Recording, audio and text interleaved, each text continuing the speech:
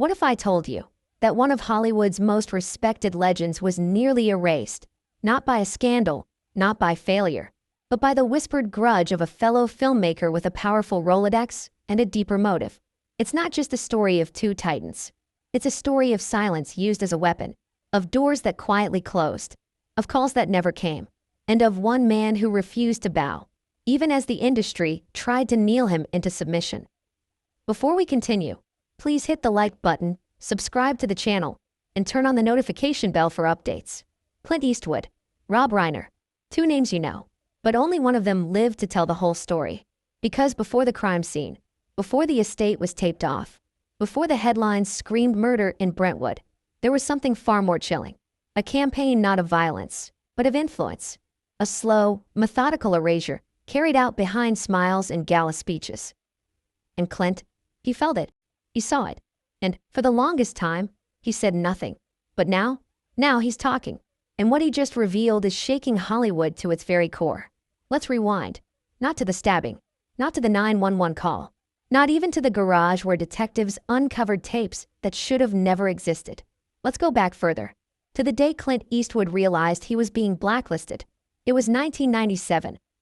Clint was fresh off directing Absolute Power, and studio buzz had him as a frontrunner for an ambitious new war film.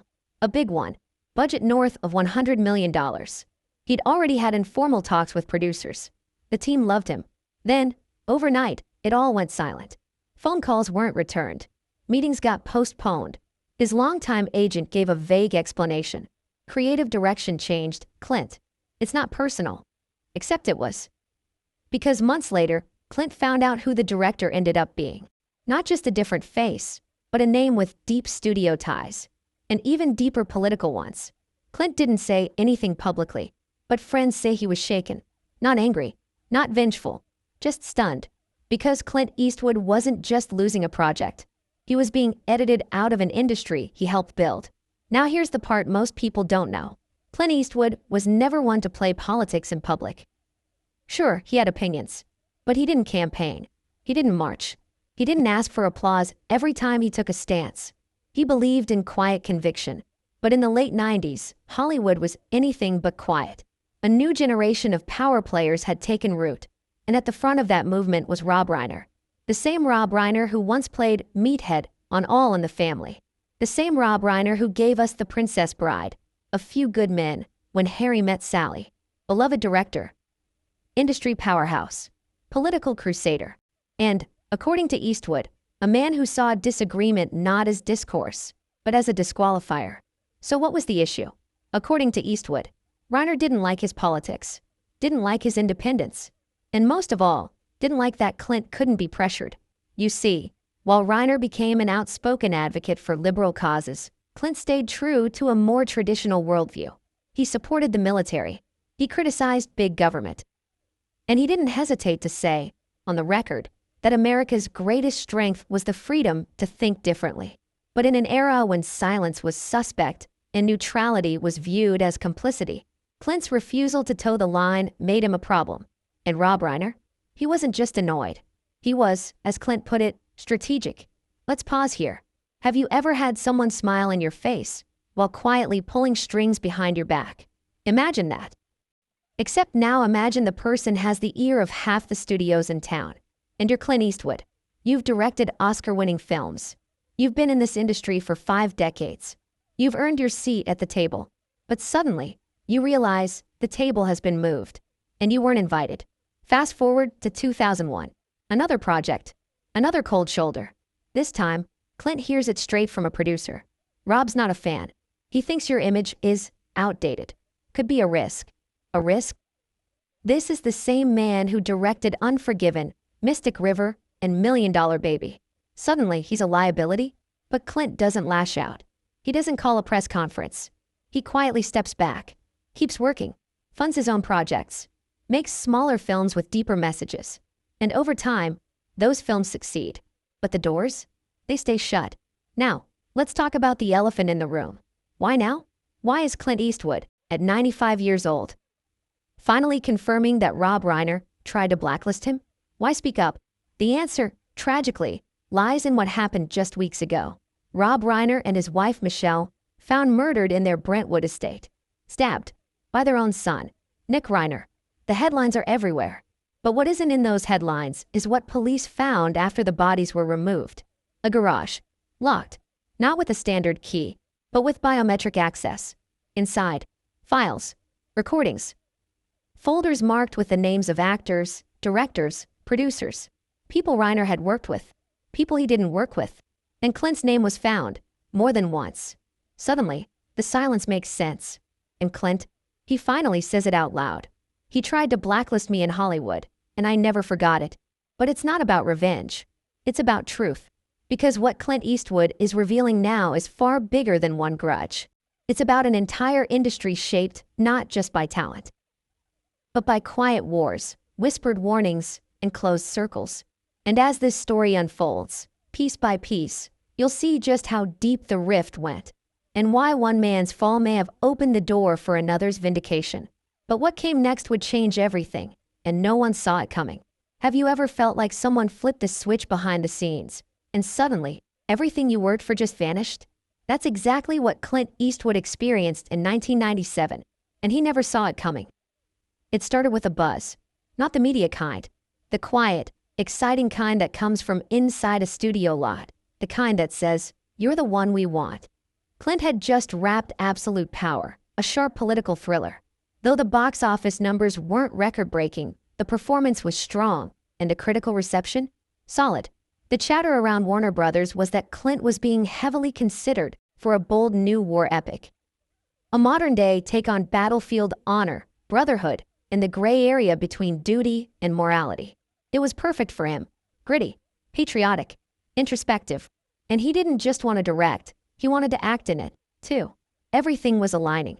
Until it wasn't. 3 weeks later, he was out. And no one would tell him why. Meetings got mysteriously rescheduled. Executives who had praised him just weeks earlier now avoided his calls. One even told his agent, "We're going in a new direction." Clint shrugged it off. At first, in Hollywood, that kind of language is just part of the game. People get cut. Projects shift. Nothing personal. But something fell off this time. There was no announcement. No replacement director was named. Just silence. Then a whisper. A friend inside the studio, a low-level assistant, risked everything to leak a name to Clint's camp. Rob Reiner called the executive directly, the source said. Told him Clint wasn't safe. Safe? Clint Eastwood? Let that sink in. The same man who delivered Unforgiven. The same man who played characters who wrestled with morality, honor, restraint. The same man who had always carried himself with dignity, even when portraying flawed heroes. And now he was being branded unsafe? It wasn't just insulting. It was absurd. But there was more. Rob allegedly didn't just say Clint was risky. He used a phrase that would haunt Clint for years. Dangerous to the industry. Dangerous. Let's pause. What does that even mean in Hollywood terms? Was Clint unstable? Violent? No. Was he unprofessional? A diva on set? Not even close. His crime? He disagreed. Not loudly. Not aggressively. Not in a headline-grabbing rant. He simply held beliefs that didn't align with the prevailing wind blowing through Hollywood in the late 90s. He was pro-military. He spoke cautiously about globalization. He criticized moral relativism in modern cinema. And worst of all, he refused to let politics dictate his art. Now here's where it gets chilling. Reiner allegedly didn't just voice concerns to one studio. According to 3 insiders who later spoke off record, he made similar calls at least twice more over the next 2 years. Each time, it was the same refrain. Clint's worldview makes collaboration difficult. He's not aligned with the values we're trying to promote. He sends the wrong message. But what message exactly? Was it a message of hate? No. Was it a message of division? Also no. Clint's message was always about individualism, about grit, responsibility, freedom, flawed as it is. So why did that scare Rob? Maybe because Clint didn't need approval. Maybe because his mere existence, an elder statesman who refused to conform, reminded others of what real independence looked like. Let's fast forward to a single moment that defined everything. A dinner party in Pacific Palisades. Small gathering. Studio heads. Power agents. Celebrities. The kind of room where deals are made, not over contracts, but cocktails. Clint was invited. So was Rob. According to one producer who was there, The two barely spoke. But as Clint walked out, Reiner was overheard saying to a nearby executive, "He's a relic from a time we're trying to forget." A relic. Just like that, decades of artistry were being rewritten. Not by critics, not by audiences, but by ego. Now imagine being Clint. You've built a legacy. You've worked with the best. You've won Oscars. You've created stories that challenge, provoke, and endure. And suddenly, you're being ghosted by an industry you helped elevate. You're not getting younger. You don't chase trends. You never played the politics game. But now you realize the game is playing you. Let's dig deeper. Behind the scenes, Clint wasn't the only one feeling it. Multiple screenwriters who'd pitched scripts to Clint during this time suddenly went quiet. One had a promising World War II project. Clint loved it. Said it reminded him of The Thin Red Line with a psychological edge. Then the writer ghosted. Gone. Months later, the project surfaced under a different director. One aligned with Rob Reiner's circle. Clint never mentioned it publicly, never accused, never blamed. But he knew. Now, let's talk about fear. Not Clint's. Theirs. Because if Clint could succeed without the Hollywood machine, if he could build a loyal audience without bending the knee, if he could remain relevant by doing the opposite of what was fashionable, then what did that say about everyone else? Clint represented a kind of threat that Hollywood doesn't know how to fight. The kind that doesn't yell, doesn't beg, doesn't post on social media, just keeps showing up. And people notice. Studios noticed. Audiences noticed. So what did they do? They tried to silence him by excluding him. Now here's a twist you didn't expect. Even as Rob Reiner was actively pulling strings to limit Clint's access, he was publicly praising him. In a 2002 Variety interview, Reiner said, "Clint's made some strong films. He has a unique voice. I respect that." Respect? Behind closed doors, he was reportedly calling Clint a moral fossil. To his peers, he was allegedly saying, "Working with Clint sends the wrong message about our values." So which Rob Reiner was telling the truth? The one in the press? Or the one behind a curtain? Let's get personal for a second. How many times have you been in that position, where someone smiles to your face while plotting your fall behind your back? Clint's story is extreme, but the feeling? It's universal. That sudden shift in energy, the awkward silence, the passive-aggressive suggestions, the invisible hand that rearranges your fate, and worst of all, you're not even allowed to name it, because no one will believe you. Or worse, they already know. And they're in on it. Clint stayed quiet, not because he was weak, but because he believed truth would eventually rise. He focused on making the movies he wanted to make. Mystic River, $1 Million Baby, Gran Torino, each one an act of defiance, each one a commercial and critical success. Hollywood may have closed doors, but Clint kept building his own. Still, the question remains, why did Rob Reiner do it? Was it ego? Was it fear? Was it pure political vendetta? Or was it deeper? Was Reiner trying to reshape Hollywood into an echo chamber where only one kind of voice could thrive? And if so, was Clint the most dangerous man of all? Not because of what he said, but because of what he refused to say. Because he chose to stay Clint. But what came next would change everything, and no one saw it coming. What happens when a TV sidekick becomes one of the most feared voices in Hollywood? Not because of what he creates, but because of what he can destroy. To understand the Clint Eastwood saga, we need to step inside the mind, the legacy, and the influence of the man who silently tried to erase him. Rob Reiner. Yes, the man who made you laugh on All in the Family. Yes, the director who gave you The Princess Bride, A Few Good Men, and Stand By Me. But behind the lens, away from the red carpets, Rob was building something bigger than a filmography.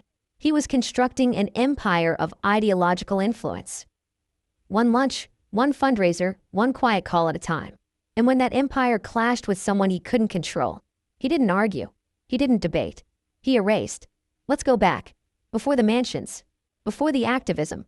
Before the war rooms. Let's start with the shadow he grew up in. Carl Reiner. Rob's father wasn't just a legend. He was one of the architects of modern American comedy. The Dick Van Dyke Show, your show of shows. Carl wrote, acted, directed, and taught an entire generation of comedians how to command a room. Imagine growing up with that legacy. Now imagine having to top it. Rob wasn't just born into Hollywood royalty. He inherited a throne and a responsibility. And from an early age, Rob made it clear. He wasn't just going to entertain. He was going to shape what Hollywood meant. But shaping Hollywood wasn't about scripts. It wasn't about cameras. It was about circles. Powerful ones.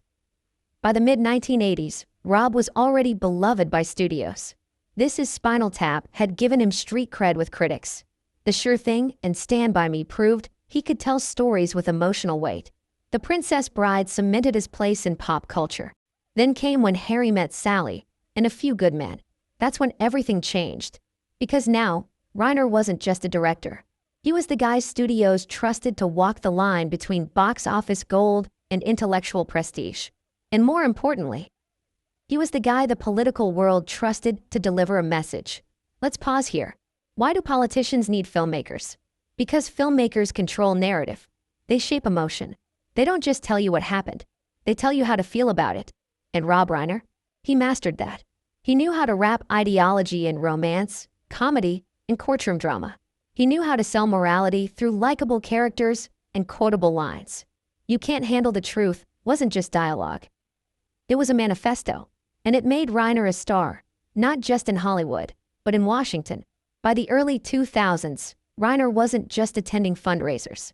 He was hosting them. He became a regular at high-dollar DNC galas, hobnobbed with senators, and publicly aligned himself with presidential hopefuls. To many, he was a hero of the liberal cause, a man who used his art for good. To others, especially those who didn't share his views, he became a gatekeeper, not in name, not officially, but quietly, subtly, with the kind of power that never announces itself, but is felt. And that's where Clint Eastwood ran into trouble. Because while Rob was aligning Hollywood with Capitol Hill, Clint was walking the other way. He didn't make speeches. He made films about moral ambiguity, about human struggle, about justice without applause. Where Reiner's characters spoke in monologues, Clint's said more with a stare. Where Reiner painted with banners and slogans, Clint carved with silence and shadows. It was cinema versus sermon, and only one side was allowed to win. Here's where things get revealing. In private conversations, Reiner allegedly told close allies that Clint's films were out of step with where the culture needs to go. Let that phrasing linger. Where the culture needs to go. Not where it is. Not where it wants to go. Where it needs to. Rob saw himself not just as a director, but as a cultural shepherd. And Clint? He was a wild horse, refusing to follow the herd. There's a story from a 2004 dinner party in Beverly Hills. Clint wasn't there, but his name came up.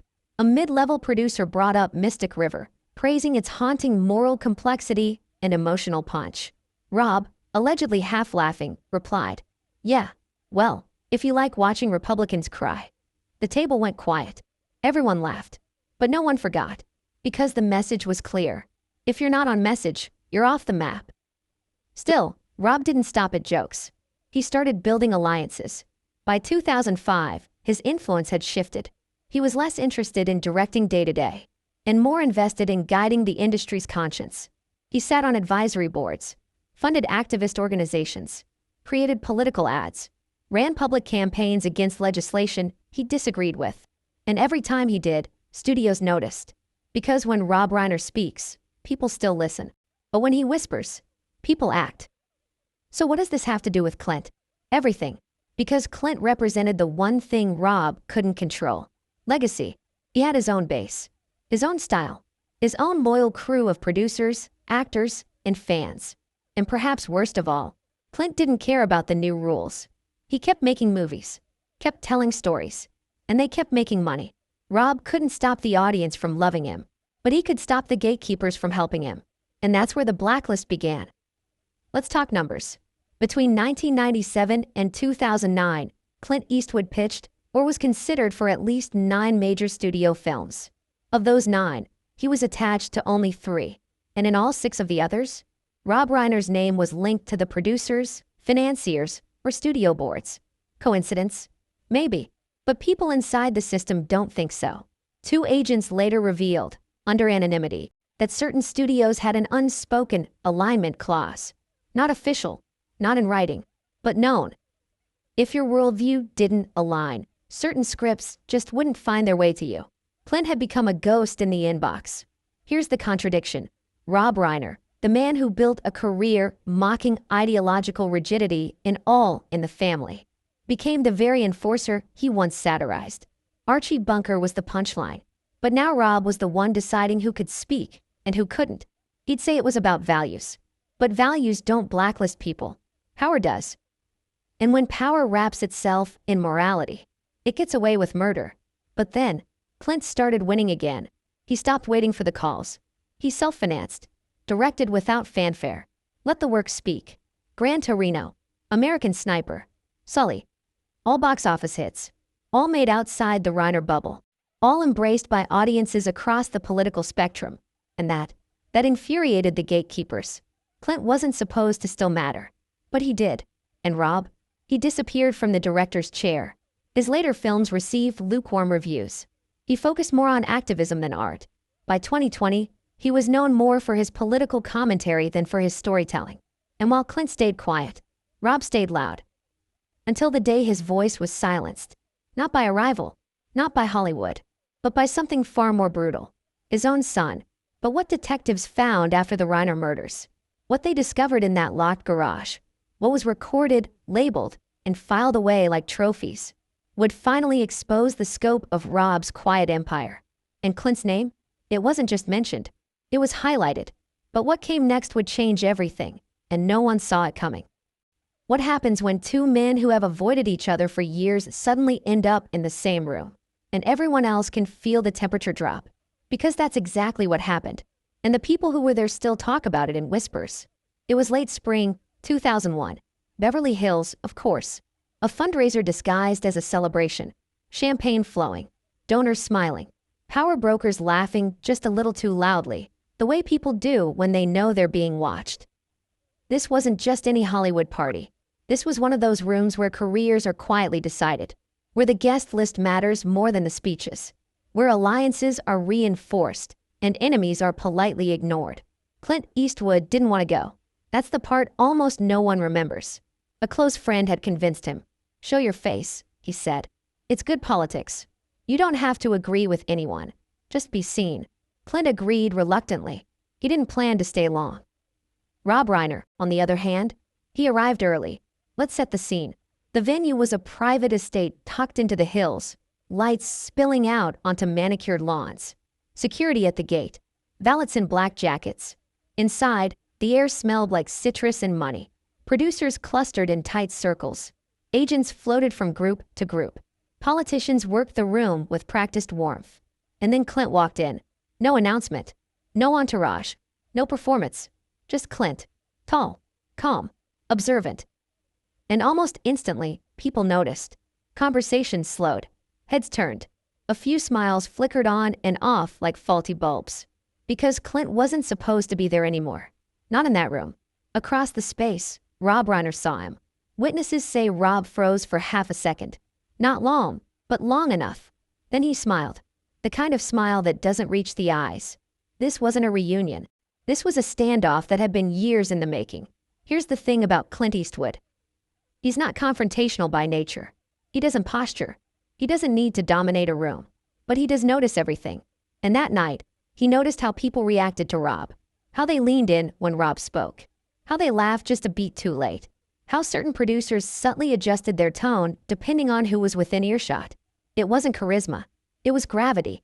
The kind that comes from influence. Clint stayed near the edge of the room. Talked to a few people he trusted. Nodded politely to others. Declined a speech invitation. Then came the moment that would later be described as the shift. Rob Reiner took the mic. Officially, it was just a short address. Thanking donors. Praising the cause. Making jokes. But then, halfway through, Rob changed tone. He began talking about responsibility in storytelling. About how filmmakers must be careful with the messages they send. About how art shapes culture, and how culture shapes politics. Standard stuff. Until it wasn't. He said, half smiling, half serious.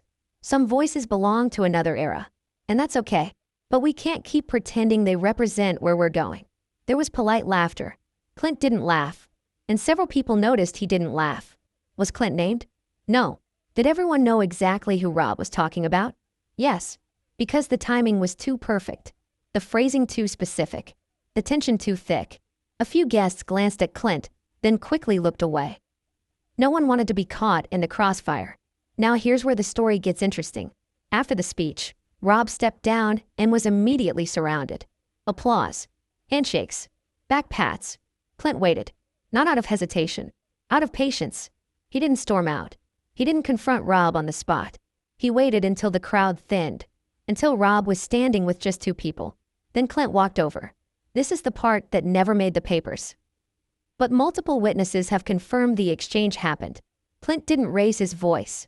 He didn't accuse.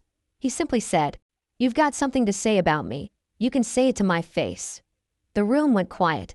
Not silent, but quiet enough that people could sense something had just snapped into place. Rob laughed it off at first. "Oh, come on, Clint. Don't be so sensitive. It's just talk." Clint didn't smile. "That's funny," he replied. "Because your talk keeps costing me work." Pause here. Imagine that moment. Two men, both powerful, both respected, both convinced they're right. And suddenly, there's nowhere to hide. Rob's tone changed. Witnesses say he leaned in slightly, lowered his voice, and said something that still circulates in Hollywood circles today. Maybe the industry's just moving on. Moving on. From Clint Eastwood? Clint paused, looked at him, then said something that would later be described as a warning. Just make sure it doesn't move on from the truth. And with that, he walked away. No shouting, no scene, but everyone felt it. Because Clint wasn't just defending himself. He was drawing a line. After that night, things escalated.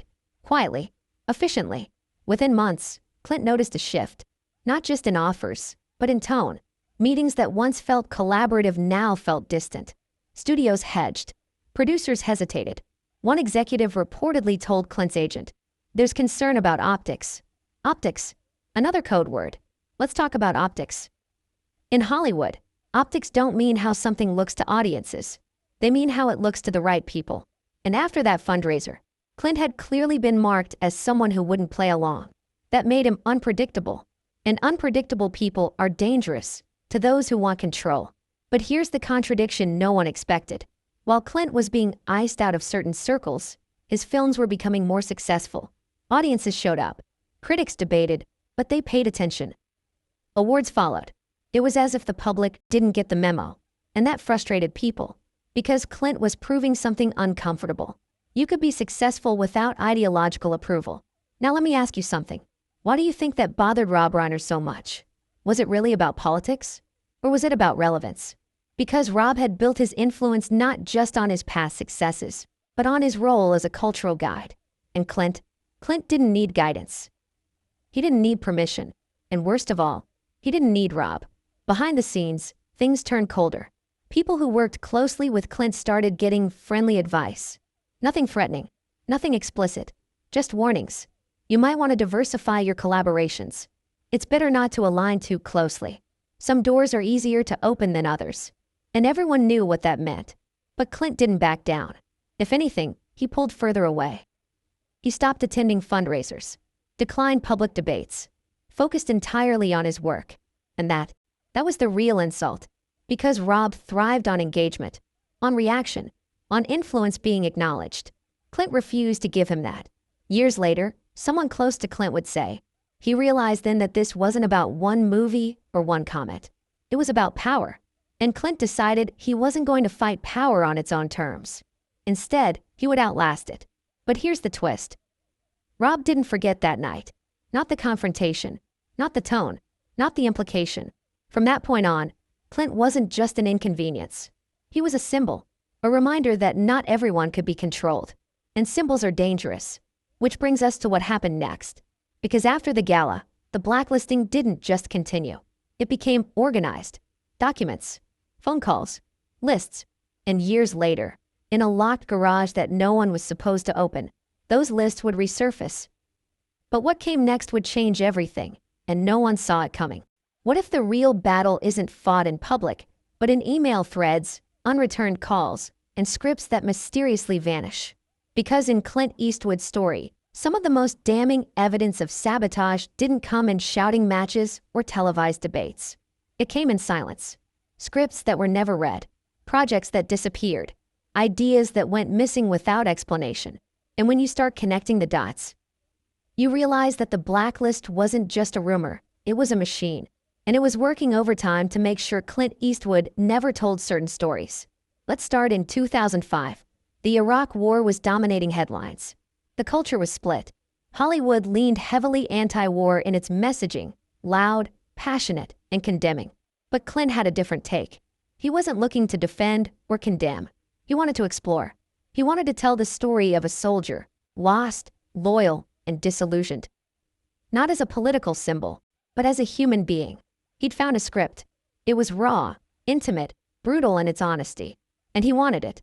He contacted the writer directly, offered to buy the rights, started early development with a trusted production partner.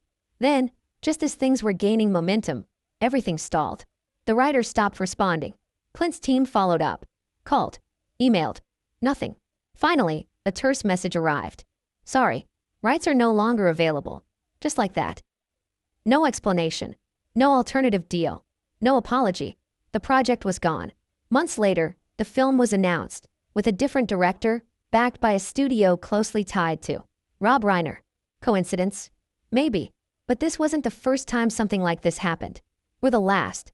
In 2007, Clint began circling a Cold War-era espionage drama. The screenplay had been passed around for years, considered too intellectual, too dense, too morally ambiguous. Perfect for Clint. He wanted to shoot it in black and white. Small budget, minimalist style. He had meetings with the screenwriter, even location scouted in Berlin. Then, out of nowhere, the funding evaporated. Clint's longtime producer reached out to the financiers. The response: "We've been advised to pursue other material that aligns better with our public brand." Advised? By whom? Clint never got a name, but he had a hunch. Let's pause. Why would anyone want to stop Clint Eastwood from making a movie? He wasn't reckless. He wasn't inflammatory. He was one of the most bankable, disciplined, and well-respected filmmakers alive. So what was the threat? It wasn't the content. It was the context. Clint told stories that didn't fit neatly into left or right. He didn't hand you heroes and villains. He handed you people. And in a time when Hollywood increasingly wanted narratives with clear messaging, Clint's ambiguity became a problem. Too complex, too subtle, too independent. And certain gatekeepers, people like Rob Reiner, saw that as a threat to the agenda. Now let's go deeper.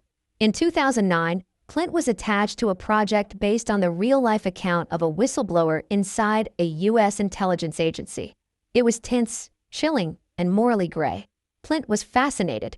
He described the story as a study in courage, not politics. The script had already been optioned by a small company.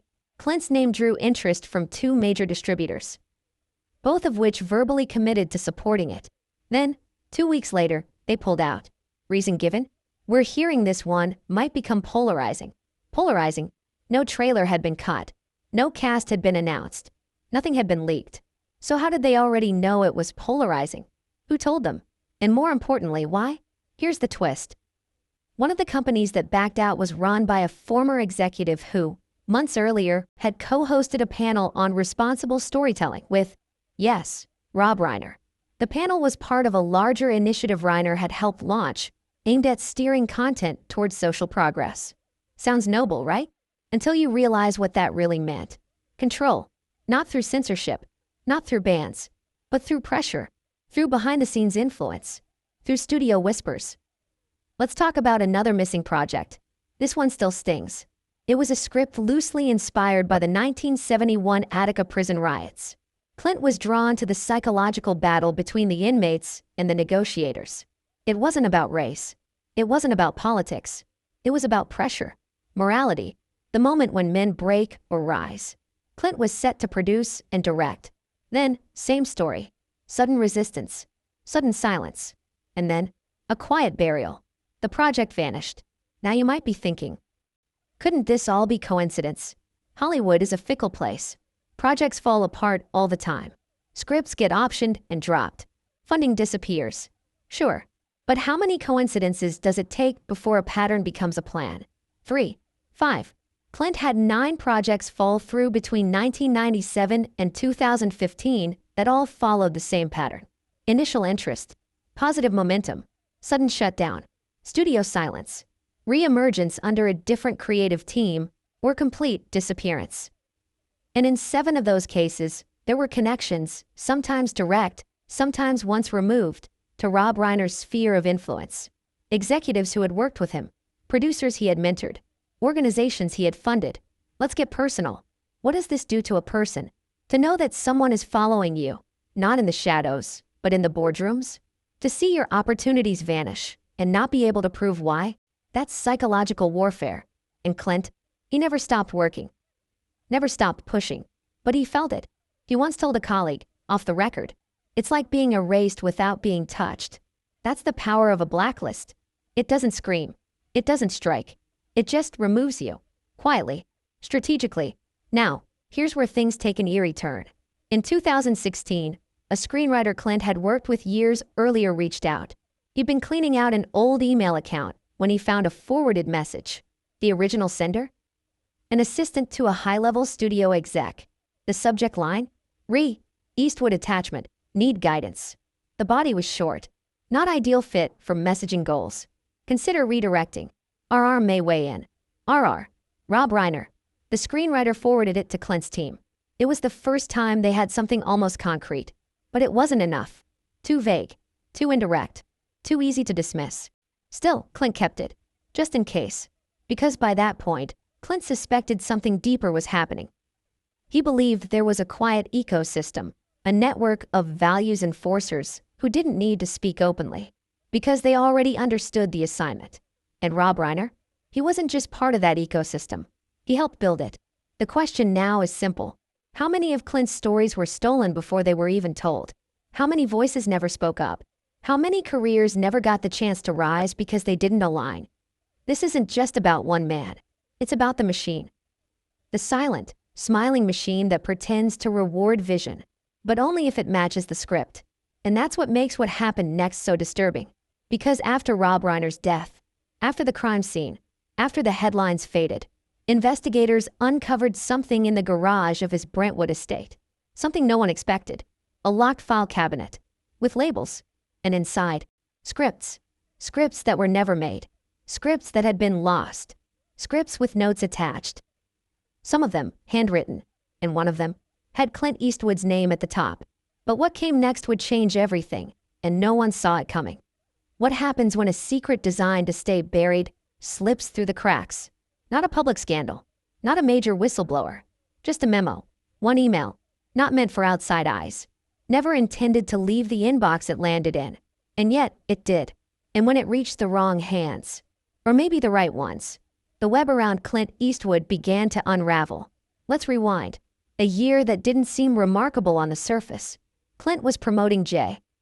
Edgar, a film that, like many of his, walked a razor-thin line between celebration and critique.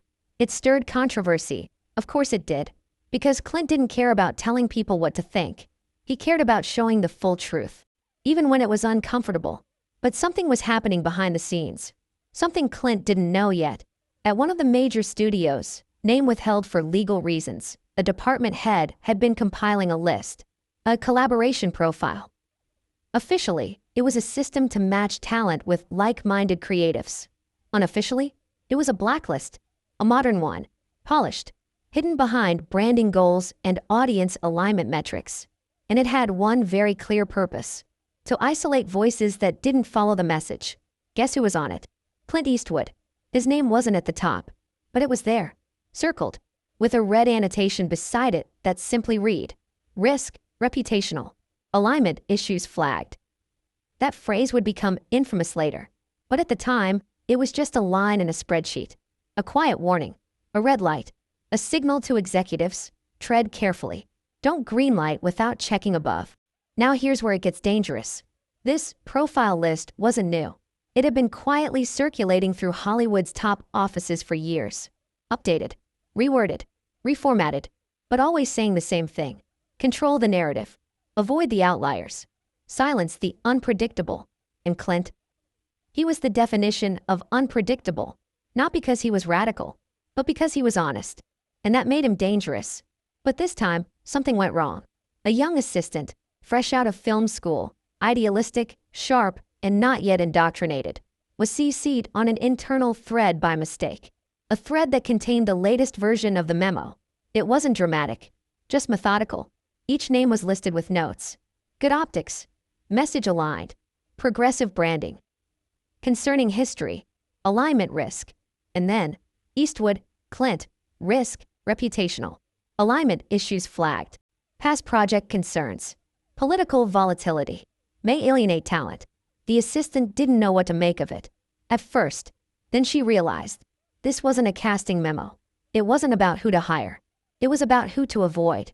Who to erase. And she couldn't ignore it. Here's where the story bends.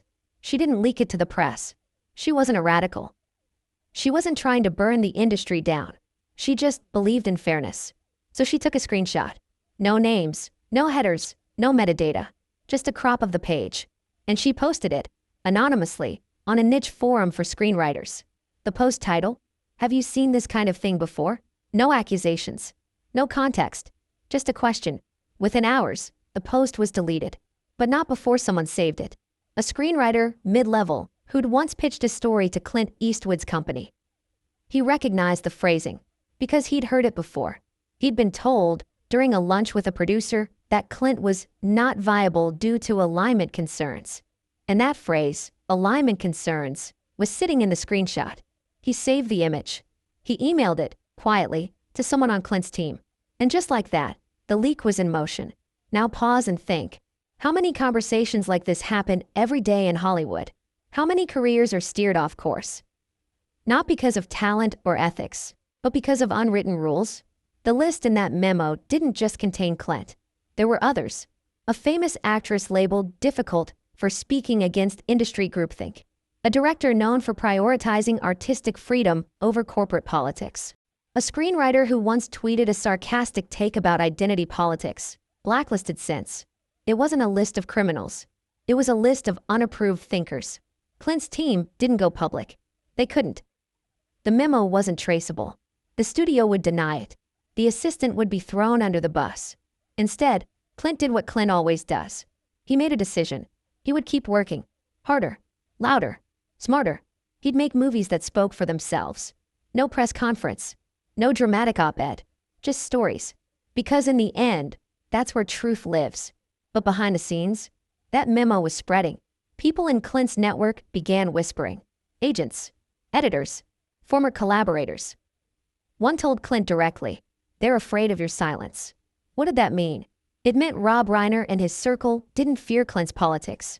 They feared his refusal to engage in the war they created. They needed a villain. Someone to shout back. To justify their campaign. But Clint, he never gave them that.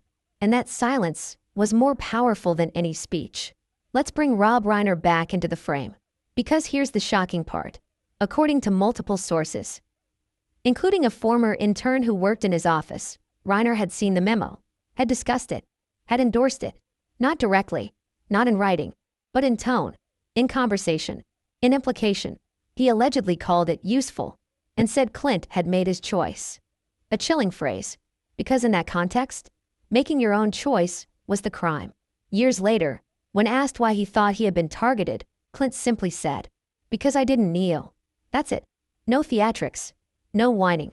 Just fact. Because in a world obsessed with control, freedom is frightening. And Clint was free.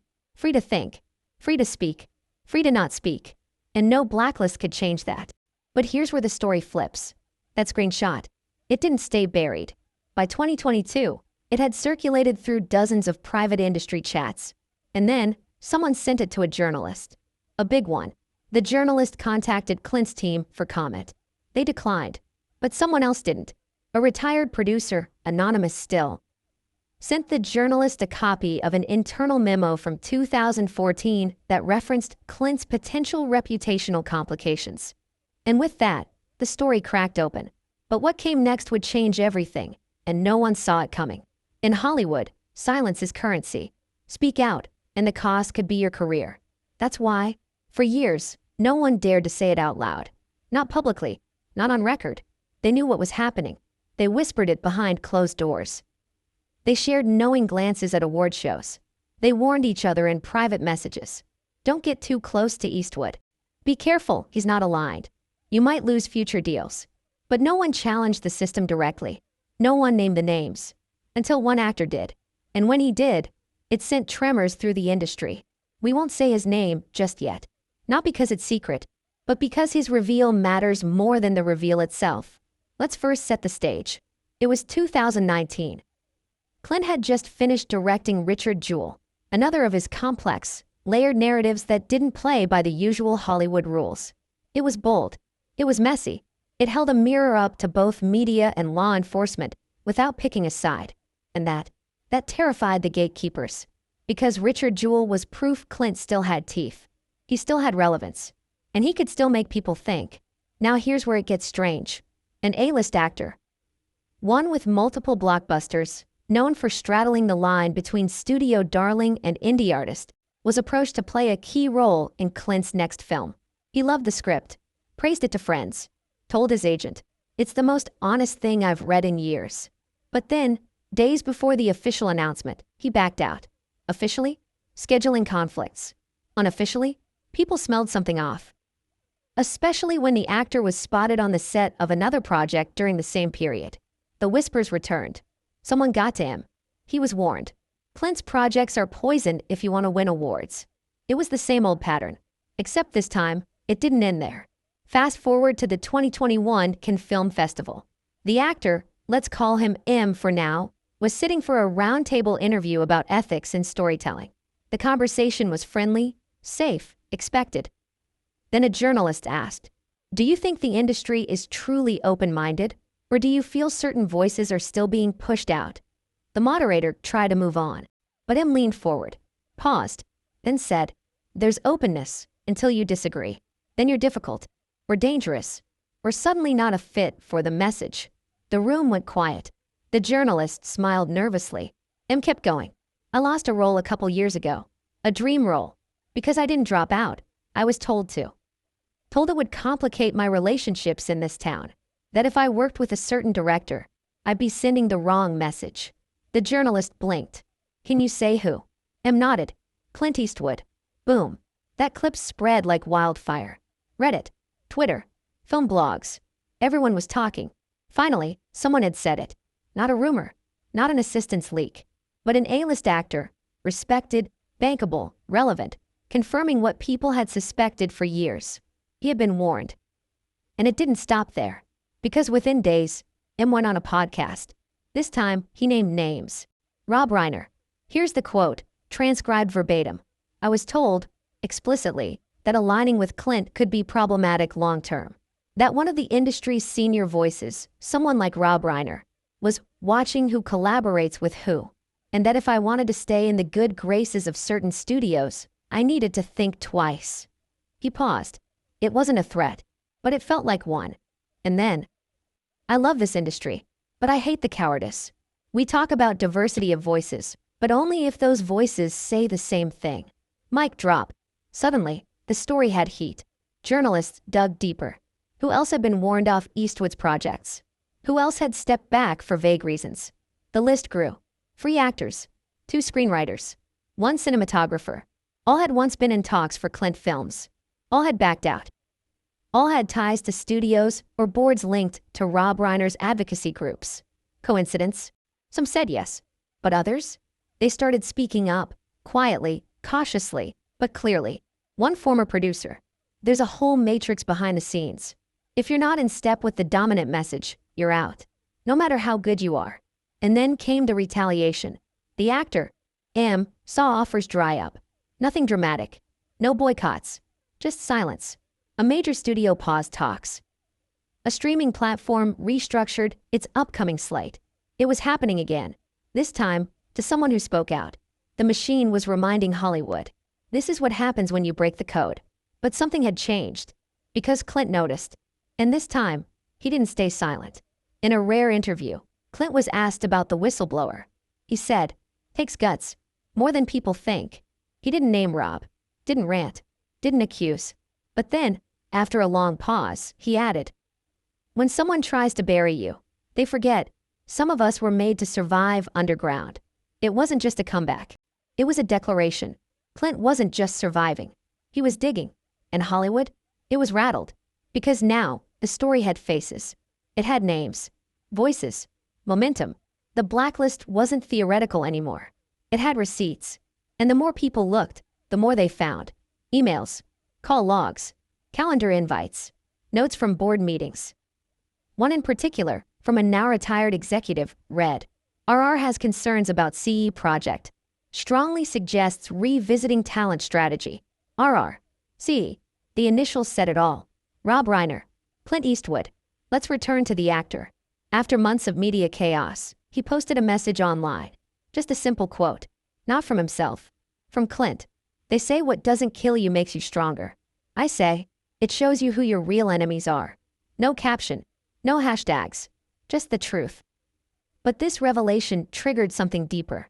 Because suddenly, people weren't just talking about Clint. They were looking at others. Who else had been blacklisted? Who else had disappeared quietly? What about the indie director who vanished after one controversial film?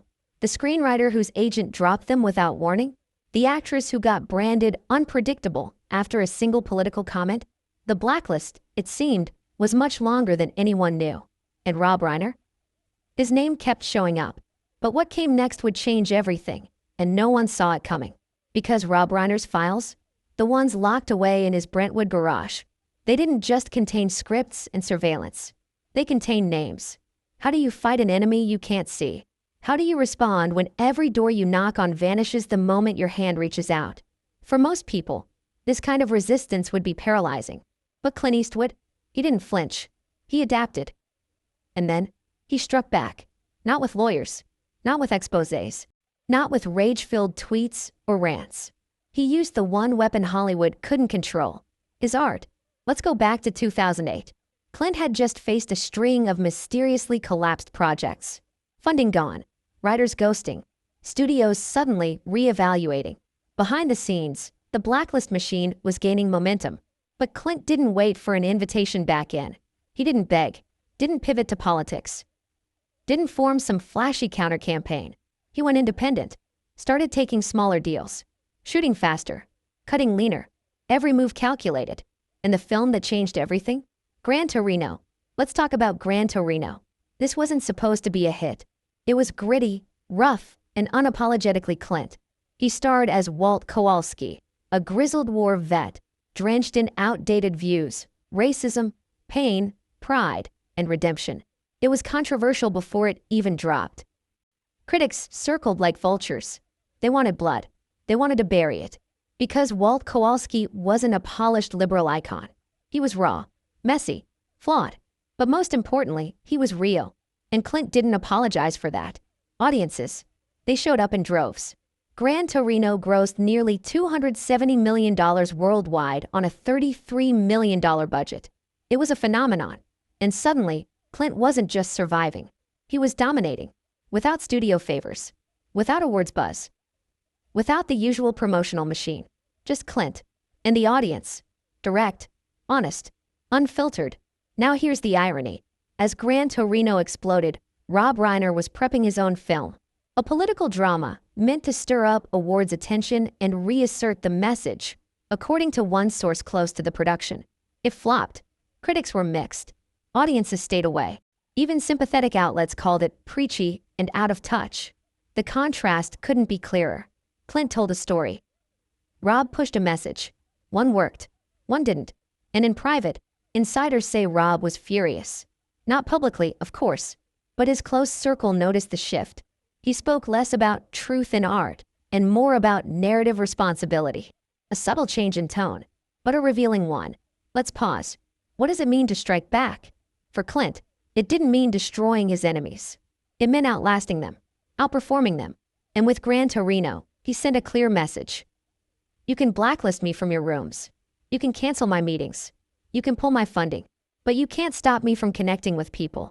Then came American Sniper. A film nobody saw coming. A film many expected to tank. Too patriotic. Too raw. Too risky. But Clint knew the pulse of the audience. He understood what people were feeling, not what Hollywood told them to feel. And when American Sniper dropped, it exploded. Over $540 million worldwide. It became the highest-grossing war film of all time. And again, Clint did it without Reiner's network. Without the parties. Without the campaigns. Just story, performance, grit, and truth. That one hurt. Rob Reiner's allies tried to downplay it. Critics dismissed it as jingoistic. Some called it irresponsible. Others accused Clint of simplifying war. But audiences told a different story. Veterans wept. Families connected. Even some of Clint's quiet enemies had to respect it. The Academy snubbed him for Best Director. But he didn't flinch. Because by then, Clint had stopped measuring himself by Hollywood's metrics. He was in a different league. Then, Sully. Once again, another stripped-back, human-centered tale. No explosions. No politics. Just one man, one moment, one decision. And once again, Clint delivered. Box office. Massive. Critical praise? Reluctantly, yes. Public response. Overwhelming. It was clear. Clint didn't just survive the blacklist. He thrived because of it. Let's talk about impact. Every time Clint released a hit, the blacklist lost power. It couldn't explain away the numbers. It couldn't spin audience reception. It couldn't cancel him the way it did others. Because Clint built something bigger than Hollywood. He built trust. And trust? That's bulletproof. But here's the twist. As Clint rose again, Rob's world began to shrink. His projects were fewer. His cultural sway, limited. His circle, growing nervous. Because if Clint couldn't be silenced, maybe others couldn't either. The blacklist started cracking. Younger filmmakers whispered about the Reiner wall being breakable. Actors began asking, why can't I work with Clint? And for Rob, that was the real danger. Because the blacklist only works if everyone believes in it. Now here's the poetic part. Clint never once campaigned against Rob. Never mentioned him in interviews. Never punched down. He didn't have to. Because the more Clint succeeded, the smaller Rob seemed.